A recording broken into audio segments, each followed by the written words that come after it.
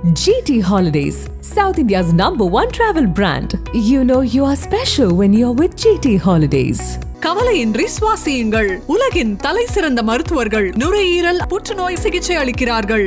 தங்கம் புற்றுநோய் சிகிச்சை மையம், நாமக்கல் மற்றும் கான்பூர்.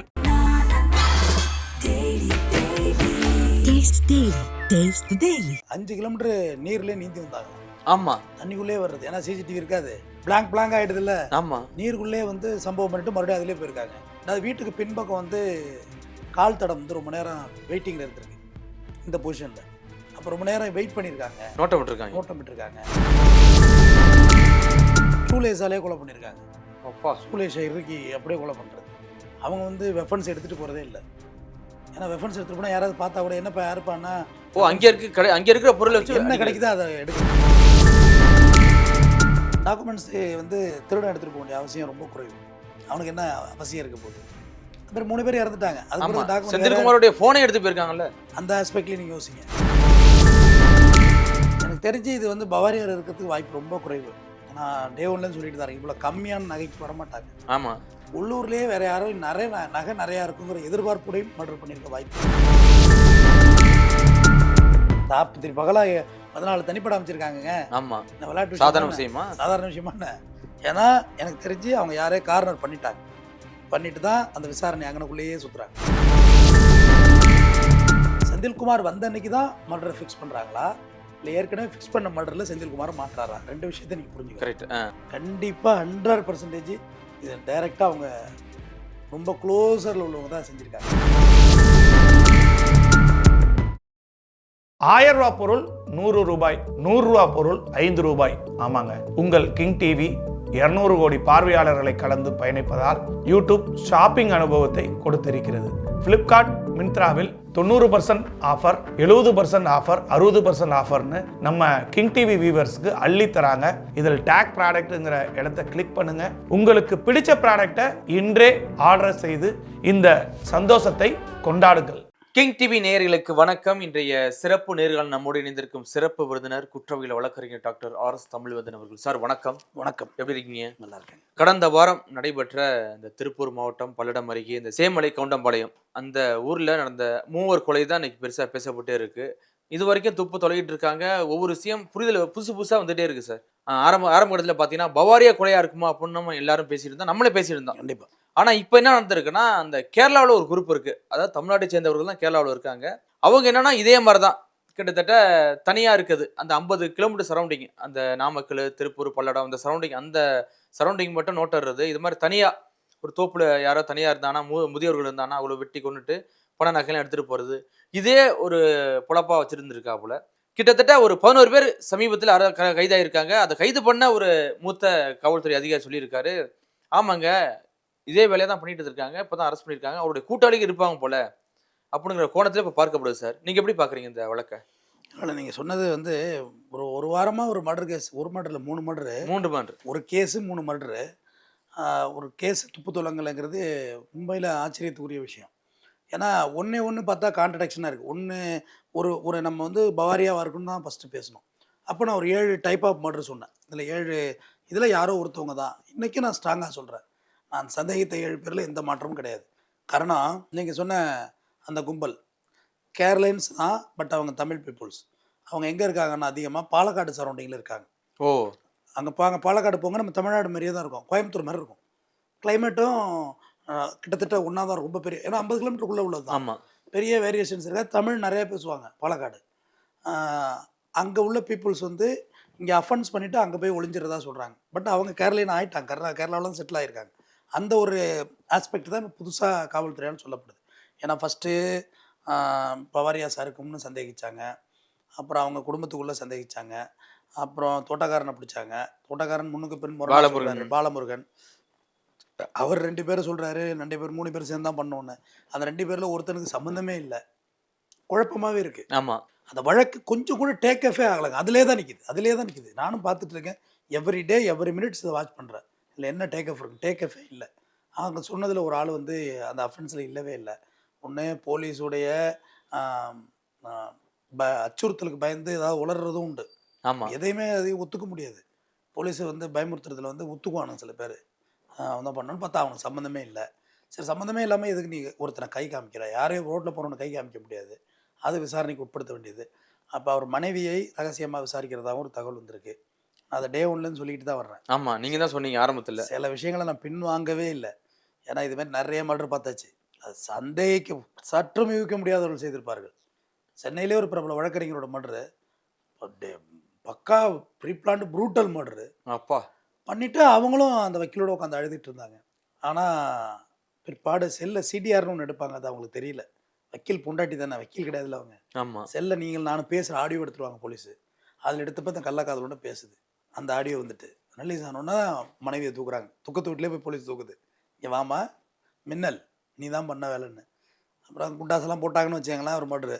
அது எதுக்கு இது உங்களுக்கு சொல்ல வந்தேன்னா, யாரையும் நீங்கள் சற்றும் யூகிக்க முடியாதவர்களை. கண்டிப்பாக. ஆனால் மனைவி மேலே சந்தேகப்படலை. பட் இருந்தாலும் ஒரு 3 கொலையில் வந்து அது ஒரு பக்கம் சந்தேகப்பட வேண்டாம்னு எந்த விஷயமும் இல்லை. எல்லார் மேலேயும் சந்தேகப்பட்டு தான் அவனை என்ன பண்ணுறது. கண்டிப்பாக ஒரு அக்யூஸ்டு போய் சரண்டர் ஆகிட்டான் கோர்ட்லனாலே சந்தேகிப்பாங்க.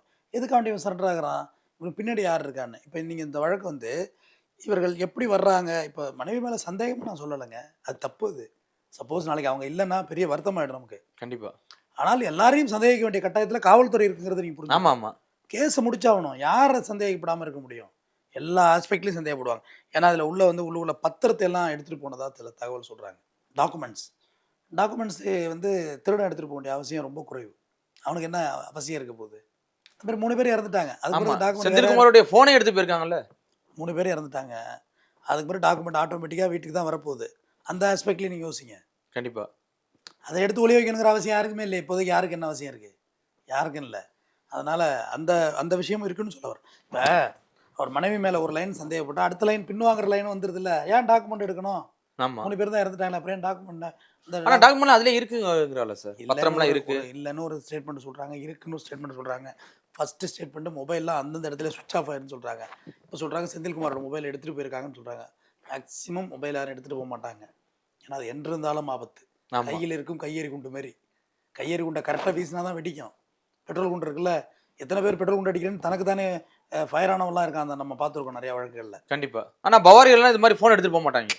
அந்த வேலையே இருக்காது. அதுக்கான டைமே கிடையாது அவனுக்கு. வந்த நேரம் ஸ்ட்ரெயிட் அட்டம்ப்ட் தான். எனக்கு தெரிஞ்சு இது வந்து பவாரியார் இருக்கிறதுக்கு வாய்ப்பு ரொம்ப குறைவு. ஏன்னா டே ஒன்லேருந்து சொல்லிட்டு தான் இவ்வளோ கம்மியான நகைக்கு வரமாட்டாங்க. ஆமாம், உள்ளூர்லேயே வேறு யாரும் நகை நிறையா இருக்குங்கிற எதிர்பார்ப்புடையும் மர்டர் பண்ணியிருக்க வாய்ப்பு இருக்குது. அந்த ஆஸ்பெக்ட்லேயும் நம்ம இதை அணுகணும். ஏன்னா இதை பொறுத்தவரை ஒரு கன்க்ளூஷனுக்கே வர முடியல. கேரளின்னு சொல்கிறாங்கல்ல, கேரளினோட ஸ்டைல் எப்படின்னா, அதாவது தமிழ் பீப்புள்ஸ் பட் கேரளின்ஸ் அவங்க என்ன செய்வாங்கன்னா, பாம்பு பிடிக்கிறவனா, எலி பிடிக்கிறவனா, ஊருக்குள்ளே வருவாங்களே எலி குடுகுடுப்புக்காரன், இந்த மாதிரி ஸ்டைலில் தான் வருவாங்க. பட் பவாரியாஸ் நோட்டை விடுறதுக்கு பவாரியாஸ் என்டையர் ஸ்டைல் வேறு. அவங்க வந்து பானிபூரி, குல்பி ஐஸ் இந்த கதையெல்லாம் வருவாங்க. அவங்களெல்லாம் பார்த்தாலே ஒரு 4 அடி தள்ளி தான் முடிக்கணும். யார் என்னென்னலாம் தெரியாது. பட் லீடு கொடுத்துட்டே இருப்பாங்க. அவன் டெய்லி குல்பி ஐஸ் விற்றுக்கிட்டு தான் வருவான். உங்கள் தெருவில் என்ன நடக்குதுன்னு வாட்ச் பண்ணிட்டு தான் இருப்பாங்க. உங்கள் வீட்டில் உள்ளவங்க வந்து ஸ்கூலுக்கு குழந்தைங்களை ஏற்றி விட்றாங்களா வேனு, அப்போ பார்த்தாலே தெரியும் அந்த வீட்டில் என்ன இருக்குங்கிறது. அவங்களோட லுக்கே சொல்லிவிடும் வீட்டுக்குள்ளே என்ன இருக்குது, நகை இருக்கா இல்லையா, எந்த மாதிரி ஸ்கூலுக்கு அவங்க பிள்ளைங்க படிக்க போகுது. இதுவே போதுமே. செழிப்பாக இருக்காங்களா இல்லையா, செழிப்பாக இருக்காங்களா இல்லைன்னு. அப்போ இவங்க வந்து வீட்டில் வயசானவங்க இருக்காங்களா, எலி பிடிச்சி தரட்டுவா, காசு தரீங்களா அப்படின்னா, எலி டார்ச்சர். எலிக்காண்டி விஷம் வச்சு குடும்பமே செத்து போச்சுங்க. அது வேறு விஷயம். ஆமாம், 2 பிள்ளைங்க செத்து போச்சு. எலியும் இருந்தால் இருந்துட்டு தான் போதேன். ஒரு முறை இயற்கை சொல்லிட்டு தான் இருக்குது, நானும் உங்களோட இருந்து தான் அவனை வேறு வழி இல்லைன்னு. பாம்பு பிடிக்கிறேன்னு சொல்லுவாங்க. உணவு சுழற்சியில் பாம்புக்கு இறையெல்லாம் செத்து போவோம், எலியெல்லாம் பிடிச்சிட்டிங்கன்னா அதை சாப்பிட்றது தான் இருக்குது. பாம்பு பிடிச்சி தர்றதுன்னு சொல்கிறது 2. பாம்பு வீட்டுக்குள்ளே ஓடிச்சுன்னு சொல்லி வீட்டுக்குள்ளேயே இந்த பாம்பு பிடிக்க போகிற ஆள் உள்ளே போகிறது. பாம்பை களைச்சி விட்றேன்னு சொல்லிட்டு வீட்டுக்குள்ளே ஓடிட்டுன்னு சொல்லிட்டு சும்மா வச்சுக்கோ. வீட்டில் போய் 8 வருஷம் பார்த்துட முடியும். அம்மா இதோட சாவி கொண்டாங்க, பின்னாடி இருக்கான்னு பார்ப்போம், முன்னாடி இருக்கான்னு பார்ப்போம், எல்லாத்தையும் பார்த்துடலாம். ஓவரால் கெஸ்ஸிங் சொல்ல வர்றேன். ஆமாம், வயசானவங்க தானே இருக்காங்க. அவ்வளோ கேர்ஃபுல்லாக நம்ம இருக்க வேண்டியது. பாருங்கள், நகையை வந்து பாலிஷ் போடுற 2 வருவாங்க கிராமத்தில். ஆமாம், அது எங்கள் ஊர்லேயே இடம். நகையை ஏமாற்றிட்டு போயிடுவாங்க. அதுமாதிரி உங்கள்கிட்ட என்ன இருக்குன்னு தெரிஞ்சுக்குவாங்க. இப்போ ஏமாற்றிட்டுலாம் ரொம்ப தூரம் போக முடியாது. நிறையாளர் சிசிடிவி இருக்குது, போலீஸ் இருக்குது, பைக் எல்லார்ட்டும் இருக்குது. தோ ஏமாற்றிட்டு போகிறான் புடினா விரட்டி பிடிச்சி. ஆனால் இந்த வழக்கில் வந்து பார்த்தீங்கன்னா எங்கெங்கே சிசிடிவி கேமரா இல்லையோ அங்கே தான் நோட்டம் விட்டுருக்காங்க சார். நான் டே ஒன்ல உங்கள்கிட்ட சொன்ன விஷயம் இதுதான். இது நன்கு அந்த பூலோக கிராஃப் தெரிஞ்சவங்க மட்டும்தான் அதை செய்ய முடியும். இல்லை மற்றவங்க செய்ய முடியாது. ஜியாகிரஃபி தெரிஞ்சவங்க மட்டும் தான் செய்ய முடியும். கண்டிப்பாக 100% இதை டைரெக்டாக அவங்க ரொம்ப க்ளோஸரில் உள்ளவங்க தான் செஞ்சுருக்காங்க. இதில் மாற்றுக்கிறதே கிடையாது. வெளியாலாம் உள்ள இப்படி இறங்கி செய்யவே முடியாது. பல நாள் நோட்டமிட்டாலும் அவ்வளோ தெளிவாகலாம் அவங்க ஜியாகிரஃபியை புரிஞ்சிக்க முடியாது. ஒரு ஊரில் சொல்கிறேன், ஒரே மாற்ற மாதிரி ரோடு இருக்கும். கண்டிப்பாக அவங்களுக்கு ரொம்ப நெருங்கியவர்கள் தான் இதில் ஈடுபட்டிருக்க முடியும். ஏன்னா அதுதான் காவல்துறையும் அவங்கள தான் மேக்சிமம் சந்தேகிக்க கூடுது. ஏன்னா ஒரு வாரம் ஆகிட்டு ஒன்றுமே க்ளூ பண்ணவே முடியல. ஏன்னா தெரிஞ்சவர்கள் தான் தெரியும். ஏன்னா யார் அக்யூஸ்டோ அவங்கள்ட்ட போய் விசாரிச்சுட்டு இருந்தால் எப்படி கண்டுபிடிக்க முடியும்? ஆமாம், யார் சஸ்பெக்டோ அவங்கள்ட்ட தானே விசாரிச்சாகணும். இவரை பற்றி சொல்லுங்கள், அவரை பற்றி சொல்லுங்கள். இப்படியே தான் அந்த கேஸு ஜேர்னி ஆகிட்டு இருக்கு.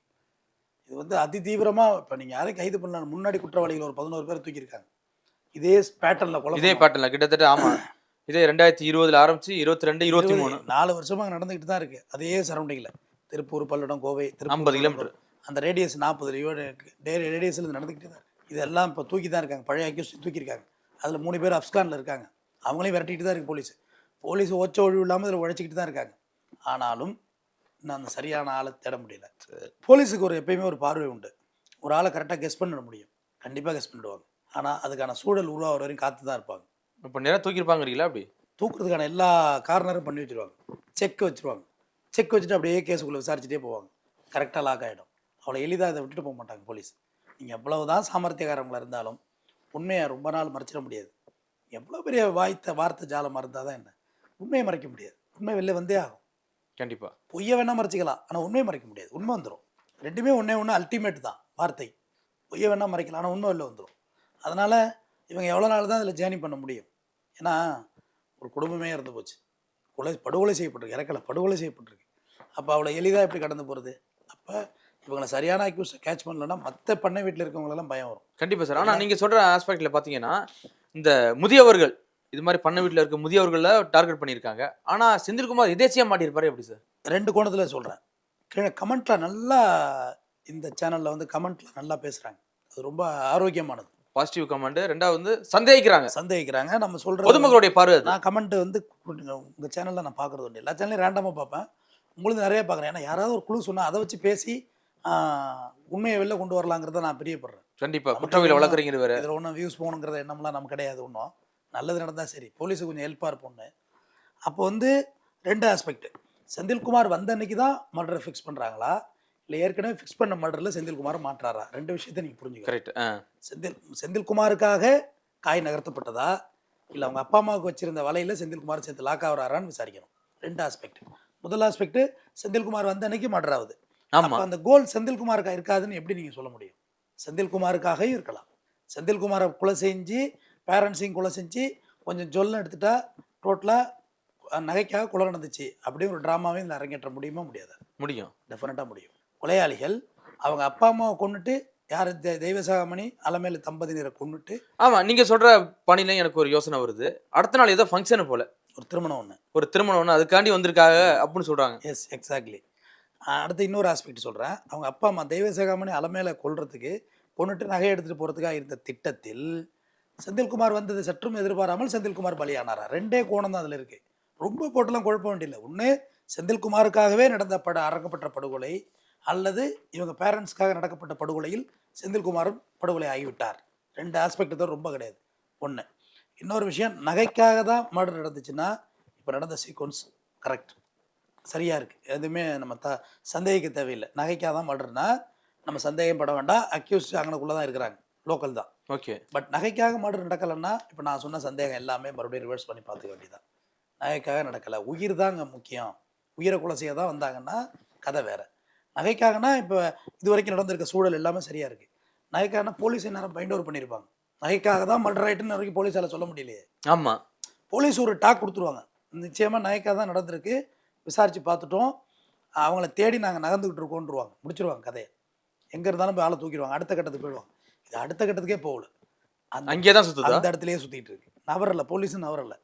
ஏன்னா எனக்கு தெரிஞ்சு அவங்க யாரே கார்னர் பண்ணிட்டு தான் அந்த விசாரணை அங்கனக்குள்ளேயே சுற்றுறாங்க.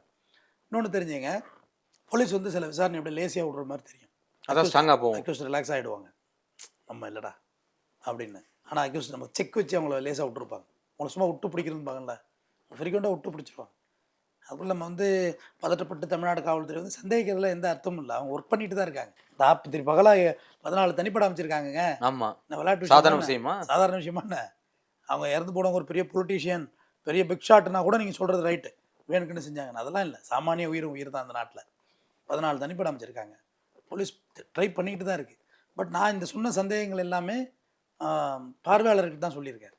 அவங்களுக்கு தெரிஞ்ச கமெண்ட்டை எழுதட்டும். அதில் நம்ம கண்டிப்பாக அதில் ஒரு லீட் எடுத்துக்கலாம் அப்படின்ற ஒரு தாட்டில் தான் நானும் சொல்கிறேன். ஏன்னா இந்த சந்தேகங்கள்லாம் எழுதா இல்லையா? ஆமாம். ஏன்னா செந்தில்குமார் உள்ளே இருக்கார். முதல்ல ஒன்று தெரிஞ்சுங்க, நீங்கள் என்ன தான் எந்த கொலையாளிகளை சொன்னாலுமே தனியாக இருக்க மூதாட்டியை கொண்டு எடுத்தாங்க போன வருஷத்தில், நீங்கள் அதை பார்த்தீங்க. ஆமாம். ஆனால் இவங்க யாரும் அந்த லெவலில் உள்ள மூதாட்டி கிடையாது. இவங்க தெய்வசாகமணி விவசாயி, உழைப்பாளி, ஓட முடியும், திருப்பி அடிக்க முடியும், எல்லாம் முடியும். அந்த மாதிரி வீட்டிலேயே சம்பவம் நடந்திருக்கு. நன்கு பூலோக அமைப்பு தெரிந்தவர்கள் மட்டுமே தான் இந்த கொலையை அரங்கேற்றிருக்க வாய்ப்பு இருக்குது. நீங்கள் வெளியாளாக இருந்தாலும் லீடு இல்லாமல் செய்யலை. யாரும் லீடு இருக்காங்க இங்கே. இப்போ இந்த கேரளா கொள்ளையர்கள் சொன்னீங்கல்ல, அவங்க ஒரு 3 வருஷம் கூட ஒரு மர்டர் பண்ணியிருக்காங்க. 5 கிலோமீட்டர் நீர்லேயே நீந்தி வந்தாங்களாம். ஆமாம். தண்ணிக்குள்ளே வர்றது. ஏன்னா சிசிடிவி இருக்காது. தேவைப்பட்டால் ஒரு 10 மீட்டர் முழுந்திக்கலாம். முழுந்தி உள்ளி செல்லே வரலாம். வெளில பிளாங்க் ஆகிடுது இல்லை? ஆமாம். நீருக்குள்ளே வந்து சம்பவம் பண்ணிட்டு மறுபடியும் அதிலே போயிருக்காங்க. ஸ்மெல்டாக் எவ்வளோ தூரம் ஓடியாந்துடும், மோப்பனாய் வந்து அந்த நீர்நிலையோடு நின்றோம். ஆமாம். அதுக்கு மேலே அதுக்கு புரியாது, எங்கே போகிறதுன்னு தெரியாதுல்ல. அதுக்கு தண்ணிக்குள்ளே எவ்வளோ தூரம் அதால் சர்வே பண்ணி கொடுக்க முடியாது. அதுவிட்டு அப்படியும் அந்த சம்பவத்தில் வந்து நம்ம சந்தேகிக்க முடியுது. அதாவது வீட்டுக்கு பின்பக்கம் வந்து கால் தடம் வந்து ரொம்ப நேரம் வெயிட்டிங்கில் இருந்திருக்கு இந்த பொசிஷனில். அப்போ ரொம்ப நேரம் வெயிட் பண்ணியிருக்காங்க, நோட்டம் விட்டுருக்காங்க அப்படின்றதையும் இதில் பதிவு பண்ணுறாங்க. ஏன்னா நாய் கொஞ்சம் தூரம் ஓடி நின்றுட்டுச்சு கால் தடத்தை, அதுக்கு மேலே கால் தடமும் இல்லை. அதுதான் திருப்பி நான் உங்கள்கிட்ட சொல்கிறது, பூலோக அமைப்பு தெரிந்தவர்கள் மட்டுமே தான் இதை தெளிவாக செஞ்சுருக்க முடியும். அந்த கிராஃப் இல்லாட்டியும் கிணறு இருக்கும் வில்லேஜில், நாய் பக்கத்துட்டு நாய் லபதுபன்னு குலைக்கும். ஆமாம். பாம்பு குத்தி போடுவாங்களே, அவ்வளோ ஈஸியான விஷயம் கிடையாது வில்லேஜுக்குள்ள நான் இறங்கி செய்கிறது. கண்டிப்பாக டப்புன்னு ஒரு சவுண்டு கேட்டால் டப்புன்னு லைட்டை போட்டுருவாங்க, அங்கங்கே லைட்டை போட்டுருவாங்க.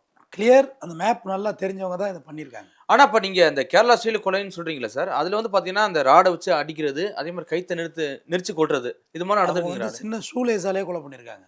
அப்பா, ஷூலேஸை இறுக்கி அப்படியே கொலை பண்ணுறது. அவங்க வந்து வெஃபன்ஸ் எடுத்துகிட்டு போகிறதே இல்லை. ஏன்னா வெஃபன்ஸ் எடுத்துகிட்டு போனால் யாராவது பார்த்தா கூட என்னப்பா யாருப்பான்னா, அங்கே இருக்கிற பொருளை வச்சு என்ன கிடைக்குதோ அதை எடுக்கிறது. இப்போயே ஒரு கிராமத்து வீடுனா பக்கத்தில் விரவு கட்டாது, விரவு மங்கலாம் நல்லா கரெக்டாக இருக்கும். தென்னந்தோப்பு வேற, தென்னம்படி நல்லா வெயிட்டாக இருக்கும். கட்டைக்கிற ராடு பக்கத்தில் என்ன எடுத்து தட்டிக்கிறது. அதனால தான் சந்தேகிக்க முடியறது இல்லை. ஒரு வேற ஒரு அட்டாக்னா வெஃபன்ஸ் எடுத்துகிட்டு வருவாங்க, அது எங்கே வாங்கினது, அதோட லீடு எங்கன்னு அப்படியே போயிட்டே இருக்கும், ஜேர்னி போயிட்டே இருக்கும். ஆமாம், நம்ம ஆம்ஸ்டாங்குடியில் பார்த்தோமே. ஆமாம், ஜேர்னி போயிட்டே இருக்கும். ஆனால் இதில் அப்படி இல்லை, அங்கனக்குள்ளே தான் எல்லாமே எடுத்து செஞ்சுருக்காங்க. அதனால் நீங்கள் பெருசாக வெளியில் அதாவது வெளிலேருந்து வெஃபன்ஸ் கொண்டு வந்தாங்கன்னுங்கிற ஐடியாலஜி இதில் இல்லை, ஐடியா இல்லை இதில். ஸோ அங்கனக்குள்ளே செஞ்சுருக்காங்க.